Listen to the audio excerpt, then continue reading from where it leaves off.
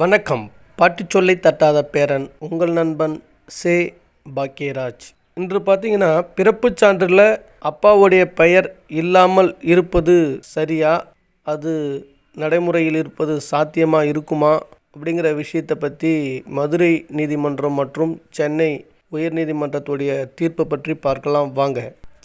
சென்னை உயர்நீதிமன்றம் சமீபத்தில் வரலாற்று சிறப்புமிக்க ஒரு தீர்ப்பை வழங்கியிருக்கிறது. ஒரு குழந்தையின் பிறப்புச் சான்றிதழில் தந்தையின் பெயரை கண்டிப்பாக இடம்பெற வேண்டும் என்று எந்த சட்ட கட்டாயமும் இல்லை என்பதுதான் அந்த தீர்ப்பு. இந்த விவகாரத்தை சற்று விரிவாக பார்க்கலாம். மதுமிதா ரமேஷ் என்ற பெண் சந்திரன் என்பவரை திருமணம் செய்து கொண்டார். அதன் பிறகு சில ஆண்டுகள் கழித்து அப்பெண் சந்திரனிடமிருந்து பிரிந்துவிட்டார். அதன் பிறகு அவர் செயற்கை முறையில் கருத்தரித்து ஒரு பெண் குழந்தையை பெற்றுக்கொண்டார். அந்த குழந்தையின் பிறப்புச் சான்றிதழ் அளித்த திருச்சி நகராட்சி தந்தை என்ற இடத்தில் பிரசவத்தின் போது மதுமிதாவுக்கு உதவியாக இருந்த அவருடைய ஆண் நண்பர் மனிஷ் மதன்பால் மீனா என்பவரின் பெயரை போட்டுவிட்டது. இத்தனைக்கும் பலமுறை திருச்சி மாநகராட்சியிடம் மதுமிதா ரமேஷ் குழந்தையின் தந்தை பெயருக்கான காலம் வெற்றிடமாக இருக்க வேண்டும் என்று எழுத்து மூலமாகவும் வாய்மொழியாகவும் வேண்டுகோள் வைத்திருக்கிறார். இதனை எதிர்த்து மதுமிதா சென்னை உயர்நீதிமன்றத்தின் மதுரை கிளையில் 13/11/2017 அன்று ஓர் மனுவை தாக்கல் செய்கிறார். இதனை விசாரித்த நீதிபதி ஆர். மகாதேவன் மீண்டும் ஒரு முறை சம்பந்தப்பட்ட மாவட்ட வருவாய் அதிகாரியிடம் ரெவென்யூ டிவிஷனல் ஆஃபீஸர் புதியதாக தன்னுடைய கோரிக்கையை வைக்குமாறு மதுமிதாவுக்கு அறிவுறுத்துகிறார். 2 வாரங்களுக்குள் இந்த கோரிக்கையை ரெவென்யூ டிவிஷனல் ஆஃபீஸரிடம் வைக்குமாறும் அந்த கோரிக்கையை 2 வாரங்களுக்குள் பரிசீலித்து சம்பந்தப்பட்ட அதிகாரி தீர்ப்பளிக்க வேண்டும் என்றும் உத்தரவிடுகிறார்.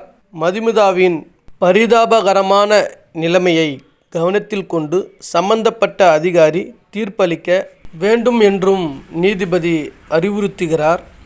ஆனால் சம்பந்தப்பட்ட அரசு அதிகாரி நீதிமன்ற தீர்ப்பை மதிக்காமல் புதிய பிறப்புச் சான்றிதழ் வழங்காததால் மதுமிதா மீண்டும் சென்னை உயர்நீதிமன்றத்தின் மதுரை கிளையில் இந்த ஆண்டு மே மாதம் புதிய வழக்கை தாக்கல் செய்கிறார். அதனை விசாரித்த நீதிபதி MS ரமேஷ் தன்னுடைய தீர்ப்பில் கீழ்கண்டவாறு கூறுகிறார். மதுமிதா ரமேஷின் ஆண் நண்பரும் அவருடைய முன்னாள் கணவரும் மதுமிதாவின் பெண் குழந்தைக்கு உடலியல் ரீதியாக தாங்கள் தந்தை இல்லை என்று இந்த நீதிமன்றத்தில் மனுக்களை தாக்கல் செய்துள்ளனர். மதுமிதாவும் அதே போன்றதோர் மனுவை தாக்கல் செய்திருக்கிறார். ஆகவே சம்பந்தப்பட்ட அரசு அதிகாரி உடனடியாக அந்த பெண் குழந்தையின் பிறப்புச் சான்றிதழில் இருந்து தந்தையின் பெயர் என்று குறிப்பிட்டு இருப்பதை நீக்கிவிட்டு புதியதாக ஒரு பிறப்புச் சான்றிதழ் வழங்க வேண்டும். இதில் தந்தையின் பெயர் கேட்கும் காலம் வெற்றிடமாக இருக்க வேண்டும் என்று உத்தரவிடுகிறார். இன்னும் சில முக்கியமான கருத்துக்கள் பதிவு செய்ய வேண்டி உள்ளது. அதை 2வது பாகமாக பதிவு செய்கிறேன். பார்த்து பயன்பெறுங்கள்.